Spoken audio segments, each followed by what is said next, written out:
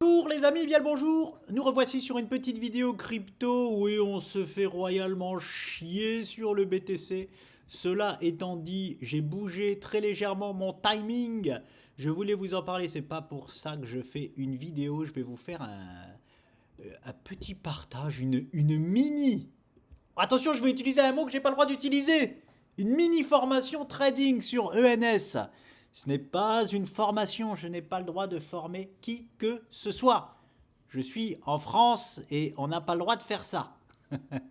Voilà, non, je vais faire un petit partage de trading, voilà, comme ça.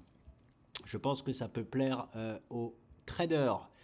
Alors, BTC, je reviens sur ce que je vous avais dit. J'avais tracé donc ce triangle qui va nous donner la direction du est-ce qu'on fait une dernière épaule pour chercher la zone que j'ai fait disparaître car elle n'est plus à privilégier. Hein, là, je la mets au pif. Hein, c'était aux alentours des 61 000 $. Donc voilà, à peu près là. Je la remettrai parfaitement si jamais on casse tout ça à la baisse.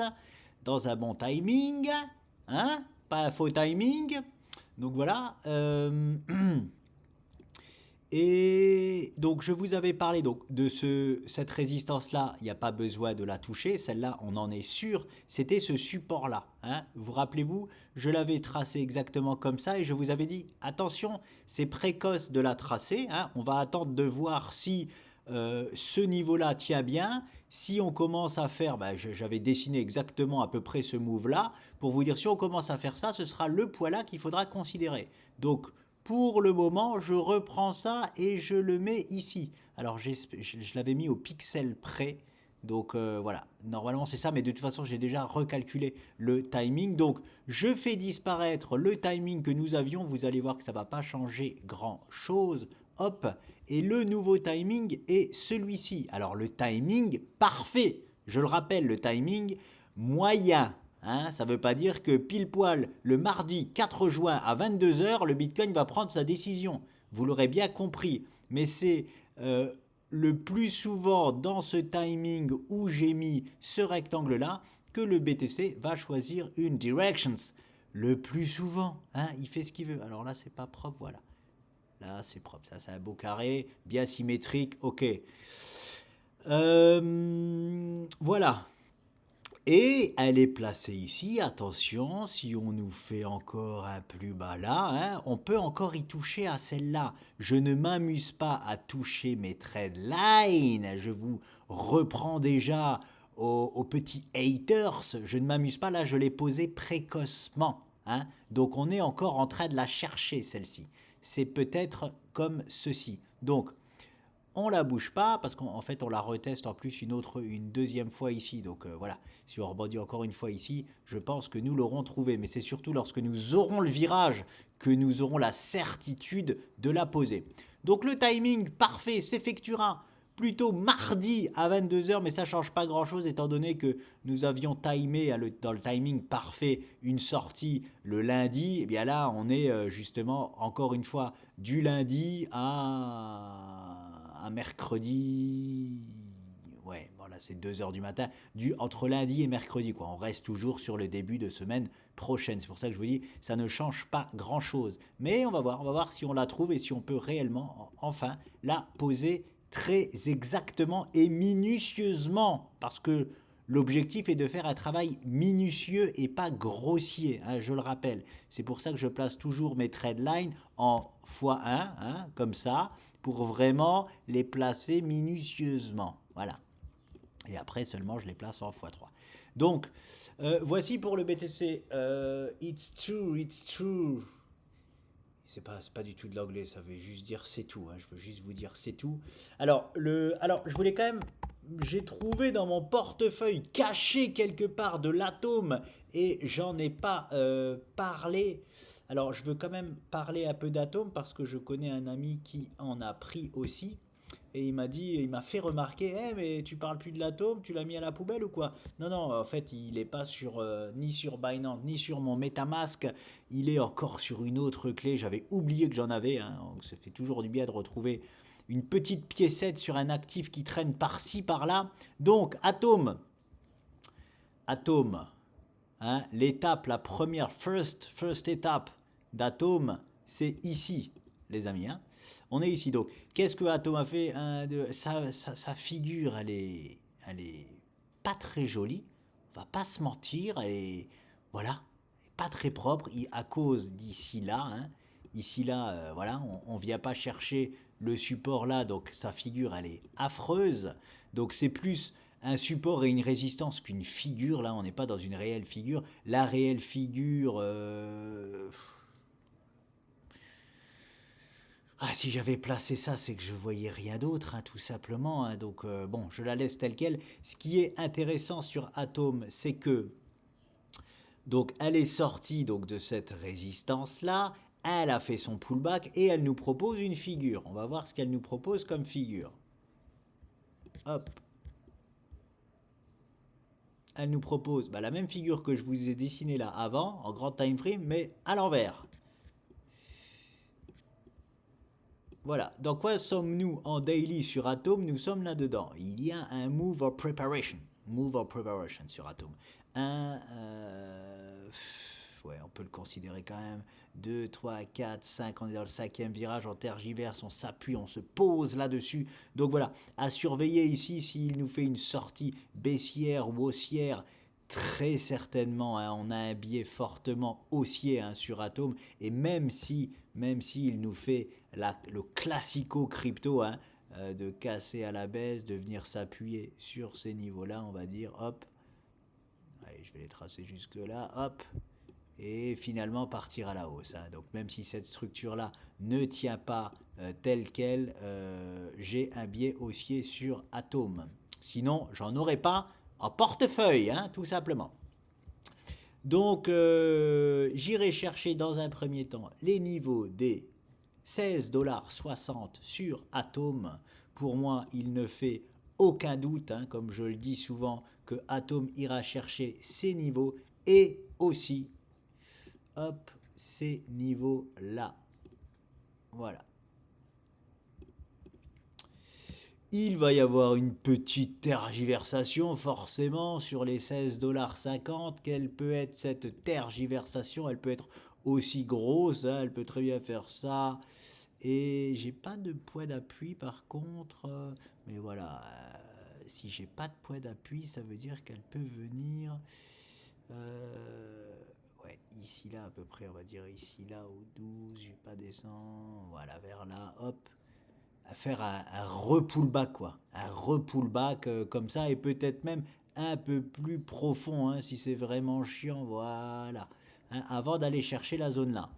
C'est possible aussi qu'Atom s'énerve et aille tout droit nous chercher cette zone là, bien évidemment. C'est les deux zones principales à privilégier sur Atom.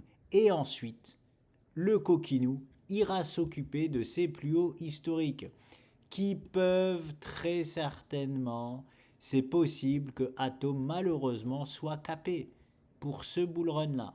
Capé, qu'est-ce que ça veut dire? Ça veut dire que il n'ira possiblement pas au-dessus des 44$. Voilà, voilà ce que j'appelle capé. Mais sur ce bull run là, oui, pourquoi pas aller chercher ces niveaux-là et terminus, tout le monde descend ici.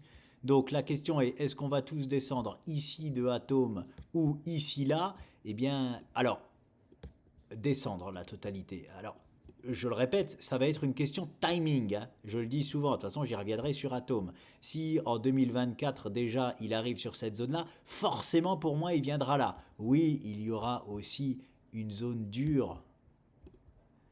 Pardonnez-moi, ici, là. Il y aura une zone dure aussi, ici, là. Voilà. Mais si cette année déjà il vient nous chercher cette zone-là, je parierais fortement sur une fin de bull run ici pour Atom. En tout cas, zone d'optimisation. Hein, zone d'optimisation, laquelle je privilégie. C'est une excellente question. C'est une excellente question et j'ai du mal à me positionner sur quelle zone. Donc je ferai en fonction des autres altcoins. C'est-à-dire que si les autres altcoins sont sur une zone parfaite d'optimisation et que je vois Atom ici, j'optimiserai aussi Atom. Mais si je le vois plutôt ici, j'optimiserai ici. Et si je le vois ici, j'optimiserai ici. Voilà comment je vais privilégier parce que Atom est quand même moins clair au niveau de la zone quoique, je crois que ça va optimiser ici, les amis. Allez. Bon, j'ai un biais à optimiser ici, Atom. Voilà. Je me lance, c'est parti, je me lance. Pour moi, Atom, il y aura une optimisation à faire sur ces niveaux-là. Peut-être que je me trompe et que ce sera là. Voilà, affaire à suivre quand Atom viendra titiller ces niveaux-là. Je la suivrai en petit time frame. Voilà, et est-ce que j'ai le temps de faire mon petit cours? Oui, je vais prendre le temps. Le réveil va sonner, mais je vais quand même le faire. Alors, je reviens sur ENS. Comme je vous le dis, je suis en optimisation sur ENS. J'essaye d'optimiser sur ENS. C'est culotté de ma part, hein, parce que pour moi, même si c'est précoce de le dire, on est en bull run. Hein. Quoi qu'il en soit, c'est qu'une question de temps. Ça a un peu commencé à partir, mais le Bitcoin n'a pas vraiment encore donné le feu vert. Mais voilà, pour moi, on est forcément en bull run 2024. Donc, je tente d'optimiser ça, et une optimisation comme ça en bull run, c'est pas à faire. Qu'est-ce qu'on voit sur ENS? Alors, déjà, je reviens dessus parce que, comme je vous disais, nous avons cette structure-là. Je vais même me mettre en 30 minutes. Voilà, c'est de l'analyse H4 30 minutes. Voilà, j'avais donc ce canal ici là, hein, et je vous avais dit, j'avais mis ça ici et ça ici. Est-ce que il va nous casser ça à la baisse ou alors rebondir et aller là? J'avais un biais baissier forcément parce que dans ce canal, on a une semi-rotation et on avait cette figure-là. Voilà. Donc, il a bien cassé à la baisse pour le moment. Pourquoi ces niveaux-là sont en train de tenir? C'est très simple. Regardez, je vous fais disparaître ça. C'est toujours la même chose. Le support, je le clone et regardez la magie, je le pose ici et voilà. Donc les niveaux actuels tiennent, c'est normal parce qu'ils nous proposent un nouveau canal, c'est que des canaux. Hein. Hop là, j'arrête mon alarme, je dois aller chercher mon fils. Je vais finir ça en 5 minutes. Donc on a un nouveau canal. Est-ce que ce canal-là va tenir? Pour l'instant, oui, il tient. Nous avons même... J'ai tracé ce petit pivot-là en 30 minutes. Là, je ne vais pas aller en 5 minutes. Hein. C'est carrément une structure 5 minutes que nous avons ici, mais on la voit bien en 30 minutes. Donc, je vais rester en 30 minutes. Nous sommes en train probablement de faire sur ce support-là une structure de double bottom 30 minutes, 5 minutes. Est-ce que ça veut dire que c'est parti, c'est double bottom, on va to the moon? Parce que j'en entends beaucoup dire ça dès qu'ils voient un double bottom. Et les mecs, on est sur un double bottom, 30 minutes, 5 minutes. Ça ne va pas nous retourner une tendance hebdo. Voilà ce que j'ai à vous dire. C'est pour ça aussi que je fais des petits cours comme ça, parce que j'en ai marre d'entendre des aberrations. Il y a des gens qui montent des double bottom 5 minutes et ils pensent que c'est pour ça que, par exemple, le Bitcoin va partir en bull run. Non, non et non. Bref, je vous montre pourquoi. Regardez, par exemple, l'objectif de ce double bottom. C'est quoi? C'est ça. Donc, où est-ce qu'on va le casser? On va dire là, le temps qu'on revienne là, voilà, à peu près là. Hop, regardez ce que ça nous fait. Tout pile revenir sur ce canal que nous avons cassé à la baisse. Donc, il s'inscrit dans quoi ce move? Il s'inscrit, comme je vous le dis souvent, dans... Il est où mon pinceau? Il est là. Dans on casse à la baisse et on fait un pullback. Et voilà. Donc le mouvement toujours à privilégier jusqu'à preuve du contraire, c'est toujours la baisse sur ENS. Donc je suis content parce que moi je veux racheter dans la zone là-bas, aux alentours des 18 $. Je ne sais pas si j'y arriverai. Mais on verra. En tout cas, je la suis de près. Mais le move à privilégier, c'est toujours une continuation baissière. Voilà, à court terme, à très court terme, on est sur du 30 minutes sur ENS. Jusqu'à preuve du contraire. S'il commence à me faire un pullback abusif et à repartir comme ça, c'est terminé. C'est poubelle tout ça. Mais pour l'instant, je suis content de mon optimisation parce que on me propose uniquement un pullback sur ce support-là et normalement de continuation baissière. Voilà. Qu'est-ce que cette figure nous indique d'autre? Il y a des choses intéressantes. Comme je le disais, ça c'est l'objectif de ce canal, les 20,80 $ sur ENS. Là on n'y est pas, on est en train de proposer un rebond pour faire un pullback et donc du coup la direction à privilégier serait celle-ci. Ce qui serait intéressant, c'est que s'il nous casse cette zone-là, hop, là on rentre dans du fractal, cette zone-là, il nous valide aussi un double top qui donnerait l'objectif ici-là.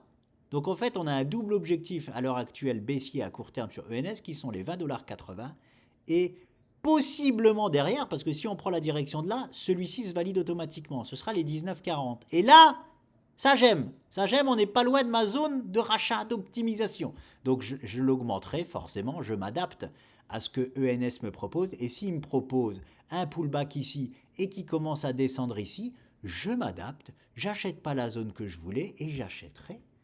Je m'adapte à ce que l'actif me propose, je rachèterai cette zone-là, parce que je ne sais pas si on ira plus bas. Même la stat ici, je ne l'ai pas prise, dommage, je l'ai pas prise. Mais maximum, à la baisse, on a des stats aux alentours de 62% de chance d'y aller.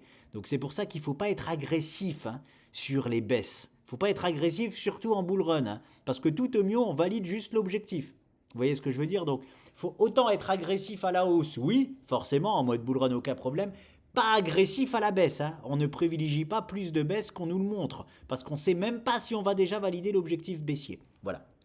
Donc voilà, c'était un petit exercice training. Et en plus de ça, oh là là, regardez, si j'étends ça, même pas pensé à le faire, si j'étends ceci, regardez, ça nous proposerait un move en plus pour revenir faire une touchette sur ce support-là. Ça serait pas mal. Enfin, voilà, il y a une petite convergence d'objectifs sur ENS. Donc, voilà, affaire à suivre. Ça ne veut pas dire que il va me donner l'optimisation parfaite. Affaire à suivre. Mais voilà, c'était je voulais faire un petit cours, entre guillemets, trading pour vous montrer un peu les fractales, comment on suit tout ça, les grandes structures, celles qui se forment en direct, les plus petites structures qui nous proposent non pas un retournement mais juste un pullback de continuation normalement, les objectifs de la grande figure de la plus grande possible. Voilà, j'espère que je vous ai pas perdu et que c'était trop technique. N'hésitez pas à me dire si c'était trop technique, j'essaierai de faire plus simple. Je vous laisse les amis et je vous souhaite une excellente journée.